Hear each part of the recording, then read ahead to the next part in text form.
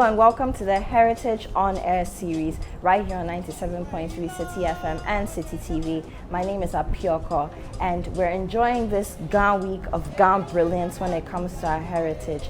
If you've not been listening to us or watching us or following these conversations this week, let me let you know. And for those of you who have been, let me remind you that our theme for this week is Ablekuma, abakuma. We've been speaking about the fact that the Ghana people have always been a cosmopolitan people.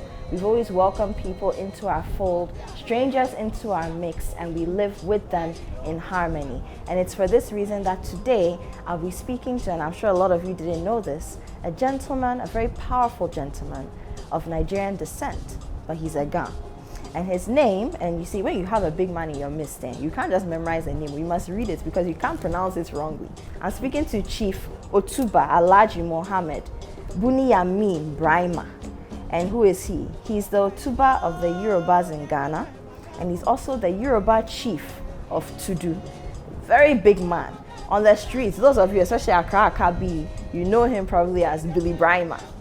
Hello. Hello. How are you? By His grace, I'm fine. I'm very pleased to have you. It's a pleasure. And like I said in the intro, we've been speaking about this concept of Ablekuma, abakuma, and this week that we've been celebrating this idea, we've spoken to Ghanaians of Lebanese descent, Ghanaians who are of Brazilian descent, so the Tabon people, and now I'm very excited personally to be speaking to you because a lot of the time I get very surprised, but I laugh when I hear people say Nigerians are not part of Ghanaians, because for those of us who are Ghanaians and who know the history, we know very well that you've always been our brothers and our sisters, and we are one, literally.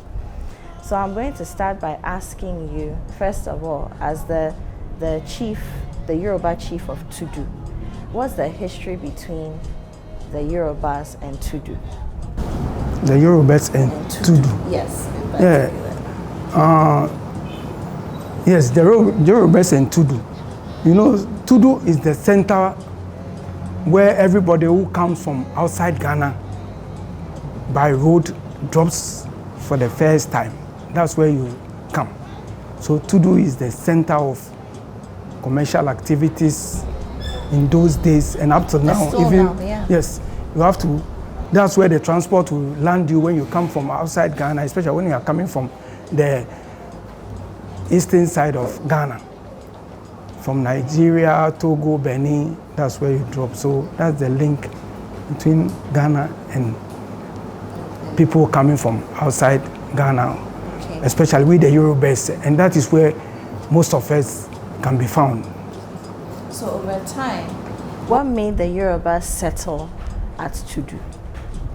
Okay, normal Yorubas didn't first settle at Tudu. You know, that time Accra was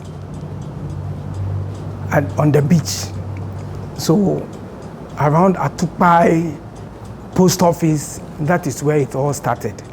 So you can find that the Nigerians who came first, the palace of the chief of Yoruba was at indigenous Accra area. That is the general post office area, between the general post office and Watu Club. You know, that time, our palace or our chiefs or the chief Braimah, the first house was in between the two. But later on, the government acquired it around 1953-54 to expand the general post office.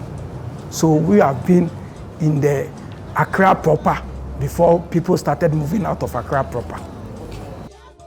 Over the years, of course, we've talked about Tudu as a center of commercial activity. And of course, we'd imagine that if people were going to do some buying and selling, some market transaction, they will go home and sleep. But how is it that it got to the point that we have a whole Yoruba community at Tudu, to the extent that we have a chief in your person of the Yorubas who live there? You know, when the Yorubas started moving out of Accra proper, they first landed at Cowling. And Cowling was where the leader of the Yorubas had his cattle ranch. That's why they call that place Cowling. So Cowling. The real name is Milcha Gono. Milcha Gono. Milcha Gono. Yes, Milcha. Milcha Gono. Okay. Where we call Opera Square now, but it used to be Cowling. The old man had his ranch over there, and his stable and all that. He has horses. Okay, so he wasn't just selling there; he had a full ranch there. Ranch there. You know, he used to deal in cattle, bring cattle from outside Ghana, and take cola back to Nigeria. That was what he was doing at that time. So he settled down and he was doing that before he became chief and all that. Okay.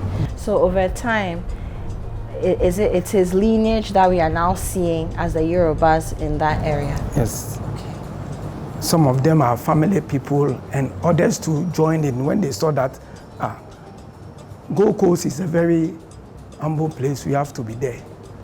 You know, because when he landed elsewhere before he moved to Accra proper. But it's Accra that he found peace and yes, sure. Okay, so I want to talk to you, Chief, a little bit about what it was like growing up as a young Yoruba boy in Ghana at Tudu, Cowling, in that area. What was it like? What do you remember? Oh, it was great, because although I was living in Tudu, I had aunties and uncles and grandpas and grandmom in Okanshi, Cowling, all over. So we've been going in and out of main Accra into Tudu and, you know, and later on at Abraka. We had families in Abraka. Our people too, some of them came there. Accra New Town. If you look at Accra New Town was acquired by the Braimah family. It used to be called Araromi. Araromi means Ihe-Jomi. Oh, I see. Ihe-Jomi. So that's where we acquired initially for our farm. But later on, development came and people started. So Araromi, so they were happy there. Oh, yes. So that's why they yes, settled we're happy. there. With the guns, we didn't have any problem. Yes, we're happy.